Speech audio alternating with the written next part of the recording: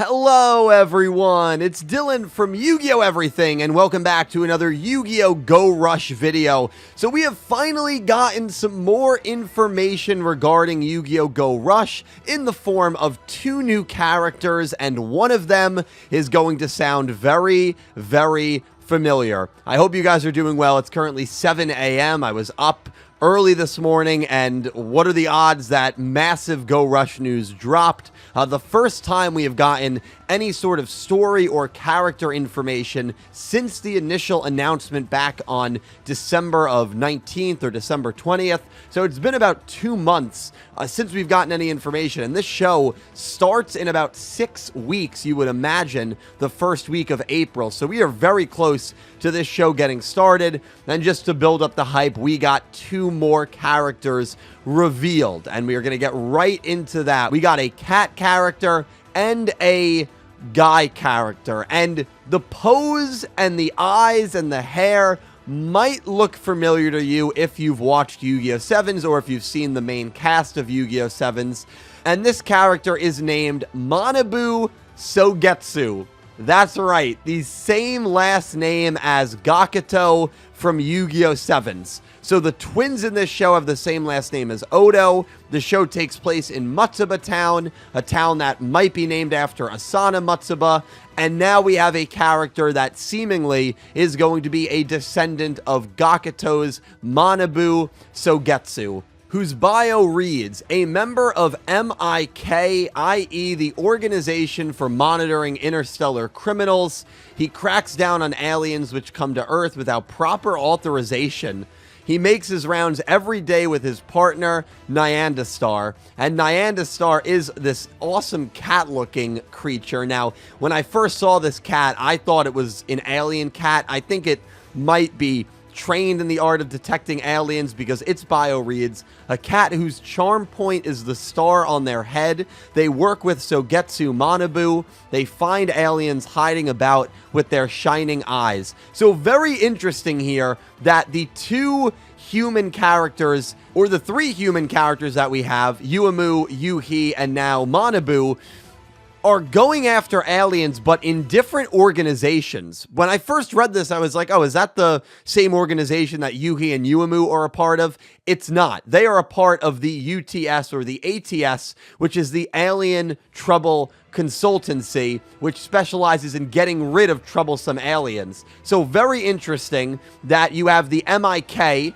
which not Manabu is a member of, which specializes in cracking down on aliens which come to Earth without proper authorization. And then you have the ATC, which Yuumu and Yuhi are a part of, that are responsible for removing aliens from Earth. So I wonder if these 2 organizations are going to work very closely with each other, or if they are rival organizations, because I don't know, based on this little description, if MIK is going to have the authority to actually remove aliens. They very well might just be responsible for detecting and finding these aliens, and then reporting it to the ATC, which then goes ahead and removes troublesome aliens from Earth and from Matsuba Town. So also very interesting that there is such an issue with aliens, right? Because when I go to a shopping center, let's say I go to a local ShopRite or a grocery store, and I see a big sign. This is one of my favorite, I don't know what you'd call it, but I see a big sign on the front door that says, no skateboarding in the store, please. That sign is only there because people have skateboarded in the store before, and probably on numerous occasions, which is hilarious. They're not going to put a random sign like that, a specific sign like that, in front of a grocery store, unless it's happened before. And what point am I making? The point I'm making is that aliens in this world, whenever it is, because it's got to be, I'm sure, years after 7s. It's obviously going to be very closely related to 7s, in my opinion. But aliens must have caused massive problems for Earth, for the citizens of Earth, for the citizens of Matsuba Town. And I wonder if that is something we are already seeing in 7s without realizing it.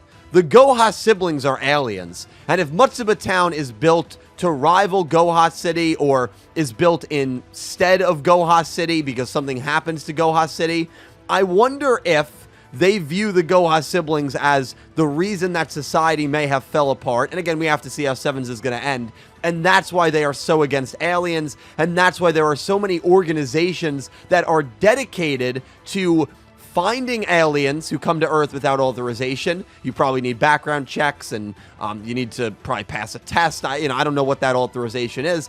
And an organization to remove those aliens from your town, even if they are unwilling to leave. The only reason that there are all these organizations is because something has happened with aliens in the past that has caused most of society to look very negatively towards aliens. I'm not sure if that's going to be something that happens due to the Goha siblings and how this all plays out with Goha Yugioh and everything at the end of the show, or if it's something that will happen between Sevens and between the start of Yu-Gi-Oh! Go Rush. But that is something that I think is very fascinating. Also, MIK, very close to MIB, which is obviously an acronym for Men in Black, a very famous movie series that all has to do with, fighting aliens. So I'm sure with how this studio loves to give references to pop culture, especially even obscure culture, I'm sure that is a reference to the Men in Black series, MIK. And of course, the other point I want to talk about is the fact that we are getting a son or a great-grandson or a grandson of Gakuto, which is super cool. We have our Odo descendants in Yuumi and Yuumu. We might have our Luke descendant in Udius, which I'm going to go into in a different video in the very upcoming future. I'm looking for a Kirishima character. I'm pretty convinced that we are going to get a Kirishima character revealed to us probably before Go Rush starts. I'd actually be very surprised if we don't. Another fascinating aspect of this, I don't think I've ever seen this before, going into a Yu-Gi-Oh show, they give a character to us, they give a bio, but they don't reveal the voice actor. You see those question marks on the image right there? They purposely don't reveal the voice actor. And the only reason that I can think of as to why they wouldn't reveal the voice actor at this point is because the voice actor for Manabu Sogetsu is going to be the same voice actor that voices Gakuto.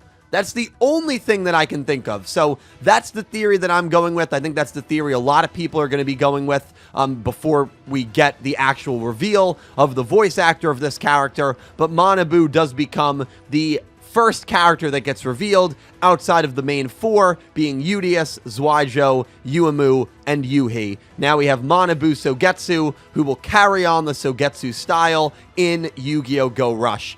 The other question is, how many generations down will this be? If it's 5 generations, well, we're not going to see all the Sevens characters. If it's 1 generation, which is what I'm hoping for, I think there's a very good chance we are going to see characters like Gakuto, like Yuga, like Luke and Roman appear in Yu-Gi-Oh! Sevens, and I think that would be super cool. So that's the question that we all want answers to. I'm sure the show writers and the studios know that that's the question that is burning right now, and of course they are not going to give that to us. But even if they don't, we only have a few weeks left of waiting, and I'm very excited to see how Sevens is going to conclude and how Sevens could possibly directly lead into Go Rush. So a new character and just more confirmation that this is going to be taking place at some future point in time in the same world, in the same universe as Yu-Gi-Oh! Sevens. I don't think there was many doubts about that, but this to me just further solidifies that point. So guys, let me know all your thoughts on Manabu Sogetsu and of course his cute little